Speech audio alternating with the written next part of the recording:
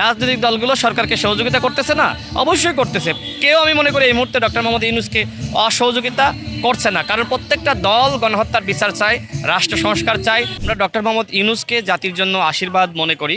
যে সময় তিনি ক্ষমতা গ্রহণ করেছিলেন ওই সময় আসলে দ্বিতীয় কোনো ব্যক্তি ছিল না আসলে ওই সময় আসলে নেতৃত্ব দেওয়া।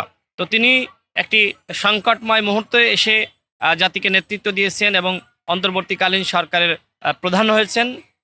ক্ষমতার ইতিমধ্যে ৮ মাস পেরিয়েছে। আমরা শুরুর দিকে দেখেছি যে সরকার আসলে ওইভাবে কোনো কিছু নিয়ন্ত্রণ করতে পারেনি। তবে মাসখানেক ধরে মোটামুটি আইন শৃঙ্খলা পরিস্থিতি বলেন বা বাজারের দ্রব্যমূল্যের নিয়ন্ত্রণ বলেন, সেগুলো আমরা লক্ষ্য করছি। এটি অত্যন্ত ইতিবাচক দিক। ইতিমধ্যে সরকারের পক্ষ থেকে একটি রোডম্যাপ ঘোষণা করা হয়েছে, যদিও আসলে সেটি স্পষ্ট না। একটি মানে অনুমান নির্ভর সম্ভাব্য একটি ডেট আসলে তারা প্রকাশ করেছে। তারপরেও ডক্টর মোহাম্মদ ইউনূস যেহেতু বলেছেন যে এই বছরের ডিসেম্বরের মধ্যে বা আগামী বছরের মার্চ বা জুনের মধ্যে ইলেকশন হবে, আমরা দৃঢ় বিশ্বাস করি যে আসলে তিনি তার সেই রোড ম্যাপের বাইরে আসলে তিনি কোনোভাবেই যাবেন না। তবে একটি গোষ্ঠী বা একটি পক্ষ চেষ্টা করছে যে ডক্টর মোহাম্মদ ইউনূসকে বিতর্কিত করা, বিশেষ করে তাকে ক্ষমতা লোভী হিসেবে প্রমাণ করার চেষ্টা কিন্তু আওয়ামী লীগের পক্ষ থেকে সবসময় ছিল এবং সেই চেষ্টার সাথে অনেকে কিন্তু এই মুহূর্তে যুক্ত হয়েছে। তারা বলছে ডক্টর মোহাম্মদ ইউনূসকে 5 বছর থাকতে হবে, 3 বছর থাকতে হবে, আমরা কোনো নির্বাচন চাই না। এই ধরনের বক্তব্য নানান জায়গা থেকে আসছে। আবার রাজনৈতিক দলগুলোর পক্ষ থেকেও কিন্তু বলা হচ্ছে যে যত দ্রুত সম্ভব রাষ্ট্র সংস্কার, গণহত্যার বিচারের মাধ্যমে একটি অবাধ সুষ্ঠু নিরপেক্ষ নির্বাচনের ব্যবস্থা করা। তবে এটি অত্যন্ত ইতিবাচক দিক যে রাষ্ট্র সংস্কার প্রত্যেকটা দল, প্রত্যেকটা সংগঠন এবং ব্যক্তি পর্যায় থেকে বাংলাদেশের জনগণ, সামাজিক সাংস্কৃতিক শক্তি সবাই কিন্তু রাষ্ট্র সংস্কার চায়, গণহত্যার বিচার চায় এবং আওয়ামী লীগের নিষিদ্ধ চায়। আমার মনে হয় সরকারের উচিত হবে, সরকার এই মুহূর্তে যেহেতু আইন শৃঙ্খলা পরিস্থিতি এবং বাজার নিয়ন্ত্রণ করতে পেরেছে, তো সেক্ষেত্রে আওয়ামী লীগকে নিষিদ্ধ করে দিলে সরকারের উপরে মানুষের আস্থা বিশ্বাসের জায়গাটা আরও বেশি বাড়বে এবং জনগণের যে আস্থা বিশ্বাস তৈরি হয়েছে, আমি মনে করি এটি আসলে অত্যন্ত ইতিবাচক দিক। ডক্টর মোহাম্মদ ইউনূস কিন্তু কোনো দলের না।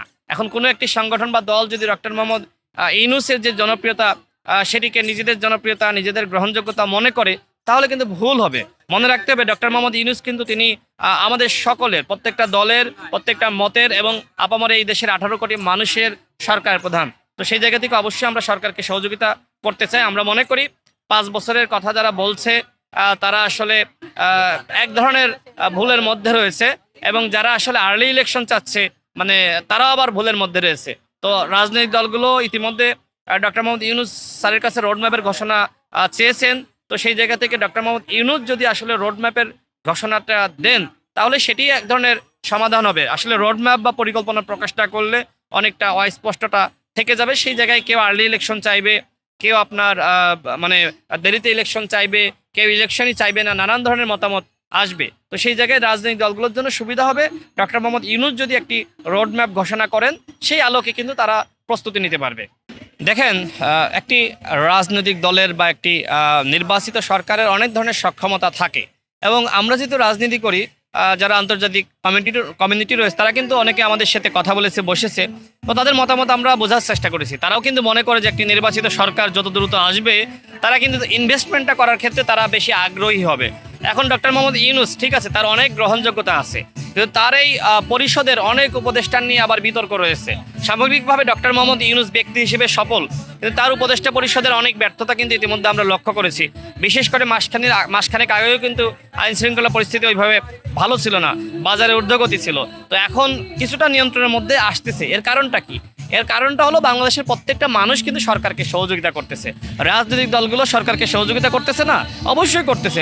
কেউ আমি মনে করি এই মুহূর্তে ডক্টর মোহাম্মদ ইউনূসকে অসহযোগিতা করছে না, কারণ প্রত্যেকটা দল গণহত্যার বিচার চায়, রাষ্ট্র সংস্কার চায়। প্রত্যেকটা দল মনে করে যে রাষ্ট্র সংস্কার না হলে এই জাতির আসলে ভাগ্যের কোনো পরিবর্তন হবে না, এই দেশের কোনো পরিবর্তন হবে না। সামগ্রিকভাবে আমি যেটা মনে করি যে এই ধরনের সরকার জনমতের ভিত্তিতেই গঠিত হয়েছে, জনগণের সরকার। তো অবশ্যই এই জনগণের সরকারকে সামগ্রিক বিবেচনা করে সিদ্ধান্ত গ্রহণ করতে হবে। আমি কি বললাম, সে কি বললো, সে কি বললো, এই যে আমাদের 3 জনের চাওয়া, এই 3 জনের চাওয়াকে গুরুত্ব দিয়ে ডক্টর মোহাম্মদ ইউনূসকে একটি সিদ্ধান্ত নিতে হবে। বিশেষ করে নির্বাচন নিয়ে এই মুহূর্তে সবথেকে বেশি অস্পষ্টতা তৈরি হয়েছে।